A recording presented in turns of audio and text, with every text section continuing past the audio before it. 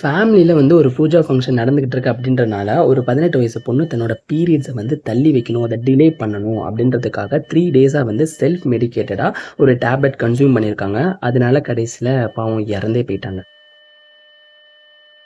3 டேஸ்க்கு வந்து அந்த டேப்லெட் கன்சியூம் பண்ணியிருந்திருக்காங்க. ஸோ, அதனாலேயே வந்து என்னன்னா, அந்த ரத்த உறைவு இருக்குல்ல, அந்த ரத்த உறைவு பெரிய பெரிய கட்டிகளா ஃபார்ம் ஆகி, இந்த கால் பகுதியில, தொடை பகுதியில வந்து ஃபார்ம் ஆயிருக்கு. ஸோ, அப்ப அதனாலேயே வந்து ஒரு டிஸ்கம்ஃபர்டபுளா, ஒரு சிவியர் பெயின் வந்து ஏற்பட்டிருக்கு. ஏன்னா, நேச்சருக்கு அகெயின்ஸ்டா பண்ற மாரி தான். கரெக்ட்டா அதோட ரிசல்ட் அந்த மாரி ஆயிருந்திருக்கு.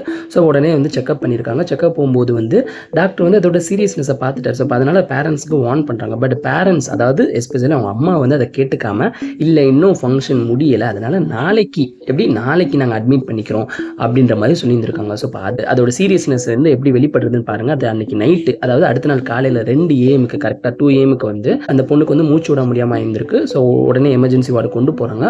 பட் இறந்துட்டாங்க. அதாவது இந்த டாக்டர் வார்ன் பண்ணதே என்னன்னா, அந்த பிளட் கிளாட்ஸ் வந்து வயித்து பகுதியை நோக்கி போக ஆரம்பிச்சிருச்சுங்க. ஸ்ப்ரெட் ஆயிருச்சு. அதுக்கு அடுத்தபடியா லங்ஸுக்கு போயிட்டாலே அது லைஃப் த்ரெட்டனிங்கா மாறின்ற மாதிரி தான் அவங்களோட வார்னிங் இருந்திருக்கு. அந்த டாக்டரோட வார்னிங். பட் அவங்களோட பேரண்ட்ஸ் அவங்களுக்கு பூஜா ஃபங்ஷன் தான் முக்கியம். அந்த சாமியோட அந்த புனிதம் தான் முக்கியன்ற மாரி சொல்லி பொண்ண அவங்களே கொன்னுட்டாங்கன்னு தான் சொல்லணும். ஸோ, எனக்கு ஒண்ணு புரியல. அந்த காலத்துல அதாவது பாஸ்ட் ஒரு 50 இயர்ஸ் பேக் வந்து நம்ம வந்து பெருசா எஜுகேட்டட் இல்ல. ஸோ, பயாலஜிக்கலா என்ன நடக்குதுன்றது தெரிஞ்சுக்காதனால ஓகே ஒரு இதை ஃபாலோ பண்ணோம். பட் இன்னைக்கு எஜுகேட்டடா இருக்கும் 2026 ஏஐ டெக்னாலஜின்னு சொல்லிட்டு எவ்வளவோ இருக்கும்போது, இன்னமும் வந்து அந்த பீரியட்ஸ் அப்படின்றத வந்து ஒரு ஒரு தீட்டா, ஒரு அசிங்கமா பார்க்கறது என்னன்னு தெரியல. இப்போ அது அசிங்கம்னு பார்த்தா நம்ம அதுலருந்து தானே நம்மளும் வந்திருப்போம். ஸோ, இப்போ அத அடக்குறனால தானே அது கை, கால் எல்லாமே அந்த பீரியட்ஸ் அடங்கும்போது தானே அது பிரெக்னன்சியா ஃபார்ம் ஆகுது. கரெக்ட் தானே? ஸோ, அப்ப அதுலருந்து தானே நம்மளும் வந்திருப்போம். அப்ப அப்படி இருக்கும்போது அப்ப நம்மளும் அசிங்கமா?